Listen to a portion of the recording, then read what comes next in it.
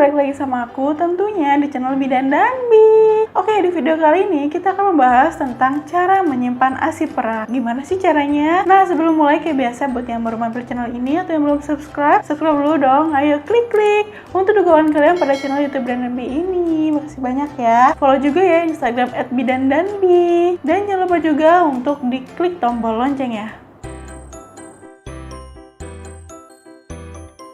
Kenapa sih nomor ASI itu penting? Jadi nih, kalau misalnya nih payudara ibu tuh terasa bengkak, atau putihnya tuh lagi lecet, atau bayi yang nggak bisa langsung menyusu ke payudara ibu, misalnya kayak bayinya tuh lagi sakit, atau kayak bayi prematur. Nah itu kan biasanya kan daya hisapnya tuh kan masih lemah gitu ya, jadi nggak sekuat bayi yang sehat gitu. Nah itu ibu bisa memerah ASInya, terus ASInya itu bisa diberikan kepada bayinya. Nah selain itu nih, memerah ASI itu juga bagus loh untuk meningkatkan produksi ASI. Semakin sering ASI itu dikeluarkan, maka semakin banyak juga produksi ASI yang dihasilkan. Jadi kalau ibunya sering-sering untuk menyusui secara langsung, sering memerah ASI, maka produksi ASInya itu juga akan bertambah gitu. Nah kebalikannya nih, kalau ibu itu jarang untuk menyusui langsung bayinya, jarang memerah ASI, ya udah ASInya jadi produksinya itu jadi sedikit kayak gitu. Nah memerah ASI juga itu penting ya untuk ibu-ibu yang ingin bekerja. Jadi udah waktunya untuk masuk kerja kayak gitu.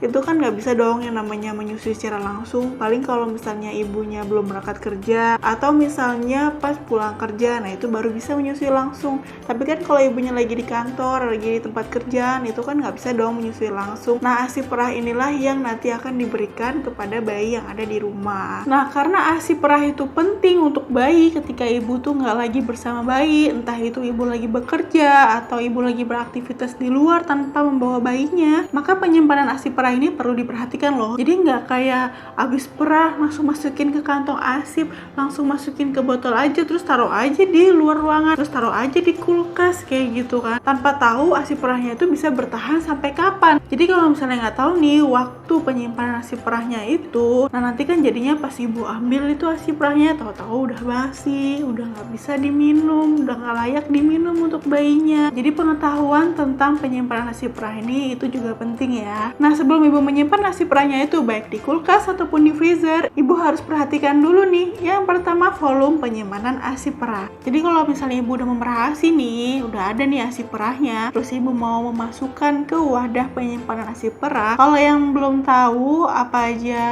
wadah penyimpanan ASI perah, ibu bisa lihat di videoku yang ini ya. Nah jadi kalau misalnya ibu udah mau taruh nih ASInya itu di wadah penyimpanan ASI perah, entah itu di kantong ASIP atau di botol ASIP. ASIP itu ASI perah ya, jadi singkatnya itu ASIP gitu. Itu ibu naruh ASI perahnya itu ke wadahnya itu jangan penuh-penuh, karena nanti kalau misalnya ASI itu dibekuin nih, itu bisa mengembang atau kayak memuai gitu loh. Jadi kalau misalnya ibu taruh ASI perahnya itu di kantong ASIP gitu kan, itu bisa aja kantong ASIPnya itu nanti kayak jebol. Atau kalau misalnya kayak di botol, itu bisa aja nanti kalau misalnya isinya itu ASI perahnya itu kepenuhan, itu bisa aja nanti tutup botolnya itu bakal kebuka, jadinya kan nggak steril kayak gitu kan. Jadi taruh ASI perahnya di wadahnya itu cukup misalnya 3/4, jadi jangan sampai penuh. Nah yang paling bagus lagi, ibu taruh ASI perah di wadahnya itu sesuai dengan kebutuhan bayi sekali minum. Jadi misalnya nih bayi sekali minum itu dia butuh 80 cc gitu kan. Nah ibu taruh deh itu ASI perahnya itu di wadahnya itu 80 cc sesuai dengan porsi bayi sekali minum. Kalau misalnya butuhnya 100 cc ya taruhlah tuh 100 cc di wadah penyimpanan ASI perahnya. Jadi usahakan itu sesuai dengan kebutuhan bayi sekali minum, supaya kalau misalnya banyak kan nanti pas udah mau dihangatkan terus misalnya nggak habis, nah itu kan harus dibuang ASI perahnya. Itu kan sayangnya, karena kan pas lagi merahnya itu aja butuh perjuangan kayak gitu. Jadi isi ASI perahnya di wadahnya itu jangan sampai penuh, kalau bisa sebaiknya gitu itu sesuai dengan kebutuhan bayi sekali minum. Nah kalau misalnya ibu nggak tahu nih berapa sih kebutuhan bayiku sekali minum tuh berapa cc, berapa mili gitu, jadi ibu bisa melakukan percobaan nih untuk memastikan berapa sih kebutuhan bayi sekali minum saat ditinggal. Ibu bisa tanya pada yang memberikan ASI perahnya, bisa itu tanya ke suaminya atau tanya ke ibunya misalnya. Jadi dengan mengisi ASI perah di wadahnya itu sesuai dengan kebutuhan bayi sekali minum, jadinya kan nanti pas ibu mengambil nih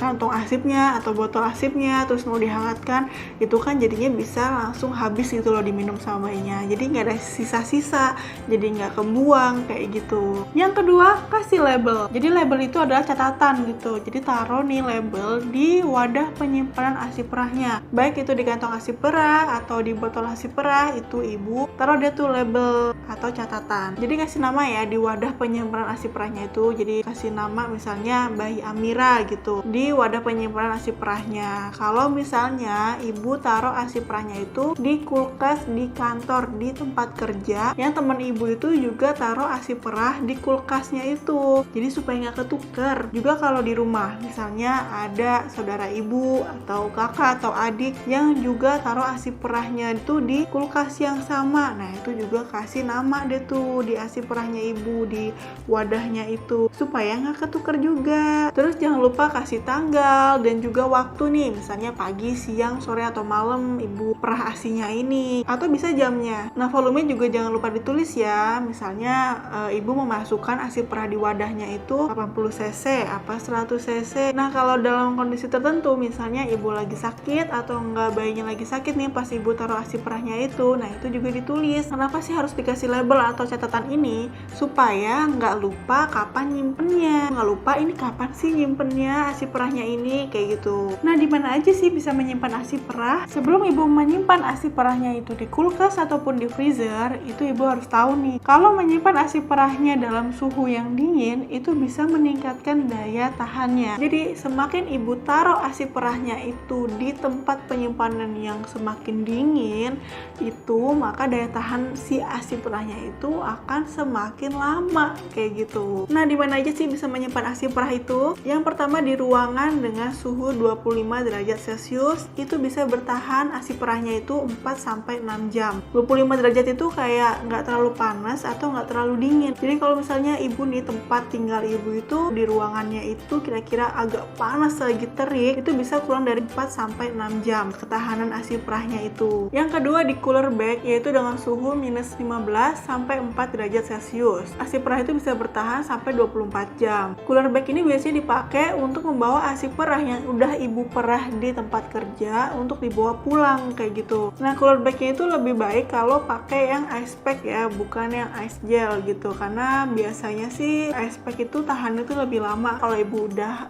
bawa nih ASI perah ibu pakai cooler bag ini dari kantor terus pulang ke rumah, itu bisa langsung taruh di kulkas aja. Yang ketiga di chiller dengan suhu 4 derajat Celcius. Menyimpan ASI perah di chiller itu bisa bertahan sampai 4 hari. Chiller itu maksudnya di bagian kulkas yang bukan freezer ya. Nah taruh ASI perahnya itu jangan di pintunya ya, tapi taruh di dalamnya. Kenapa sampai 4 hari doang? Karena kalau misalnya di chiller itu kalau kita mau ambil sayur, mau ambil minuman, itu kan pasti buka tutup gitu kan kulkasnya. Nah itu juga akan mempengaruhi ASI perahnya itu gitu. Jadi cuma bisa bertahan sampai 4 hari kalau misalnya ASI perahnya itu disimpan di chiller. Ingat ya, simpannya di dalam bukan di pintunya. Oke? Yang keempat di freezer kulkas satu pintu dengan suhu minus 15 derajat Celcius. ASI perah bisa bertahan sampai 2 minggu. Kenapa bisa lebih lama? Karena pertama di freezer gitu kan. Nah itu kan biasanya nanti ASI perahnya itu bakal beku. Ingat prinsip tadi, semakin tempatnya itu dingin maka ASI perahnya itu tahannya itu bakal lebih lama kayak gitu. Yang kelima di freezer kulkas 2 pintu dengan suhu minus 18 derajat Celcius. Itu ASI perah bisa bertahan sampai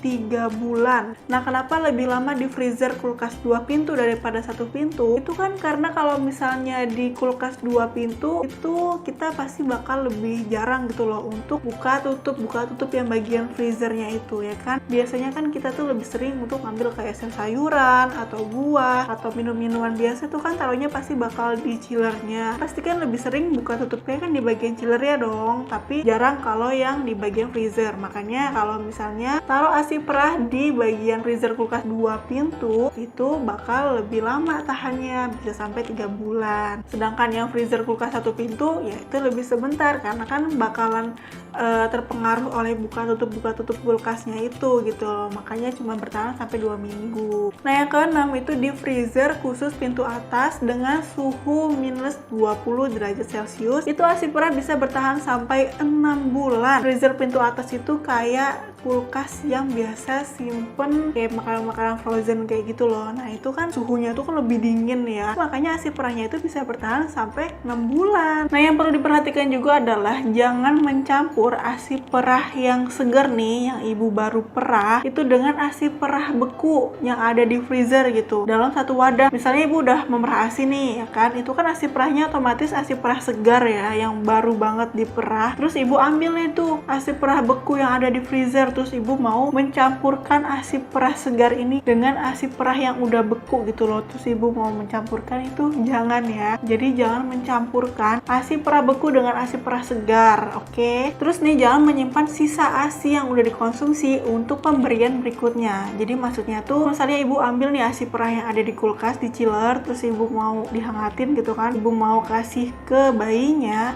masih ada nih sisanya, ternyata nggak habis dedeknya. Terus ibu taruh lagi deh tuh di kulkas ya kan, untuk dikasih ke jam berikutnya, itu nggak boleh. Jadi sisa ASI ini tuh harus dihabiskan itu dalam waktu kurang lebih 1-2 jam. Jadi kalau misalnya 1-2 jam itu ASInya masih ada, sisa ASI ini masih ada, nggak dihabisin, itu harus dibuang, oke? Nah ASI perah segar nih, artinya ASI perah yang baru banget ibu perah, itu ibu bisa campurkan dengan ASI perah yang ada di chiller. Dengan catatan yang pertama, ASI perah segar yang baru banget ibu perah itu ibu harus didinginkan dulu ya kan di chillernya itu. Jadi suhunya itu harus sama dulu gitu loh sama ASI perah yang udah ada di chiller itu. Terus juga tanggalnya itu harus sama, artinya harinya itu hari yang sama. Jadi misalnya ibu hari Senin perah ASI, ibu taruh deh tuh kan langsung di chiller. Nah terus habis itu masih di hari Senin nih, itu pas siangnya ibu perah lagi ya kan, dapat deh tuh ASI perah segar ya kan, otomatis segar dong, namanya juga baru diperah gitu kan. Terus ibu mau masukin ke chiller lagi. Nah itu ibu bisa nanti digabungin ke ASI perah yang tadi pagi udah ibu taruh di chiller duluan itu. Nah asalkan ASI perah yang segar ini itu tunggu dulu sampai suhunya itu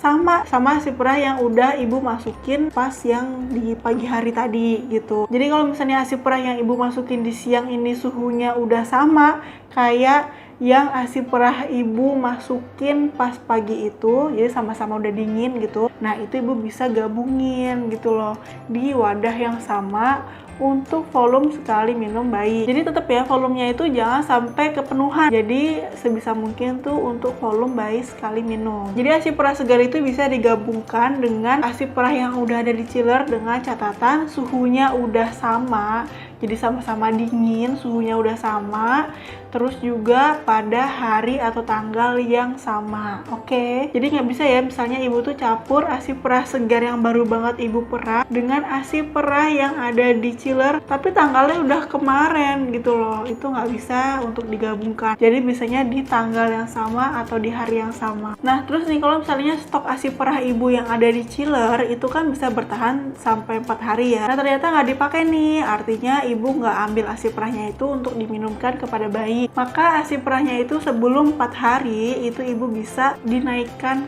ke freezer, jadi dibekuin kayak gitu.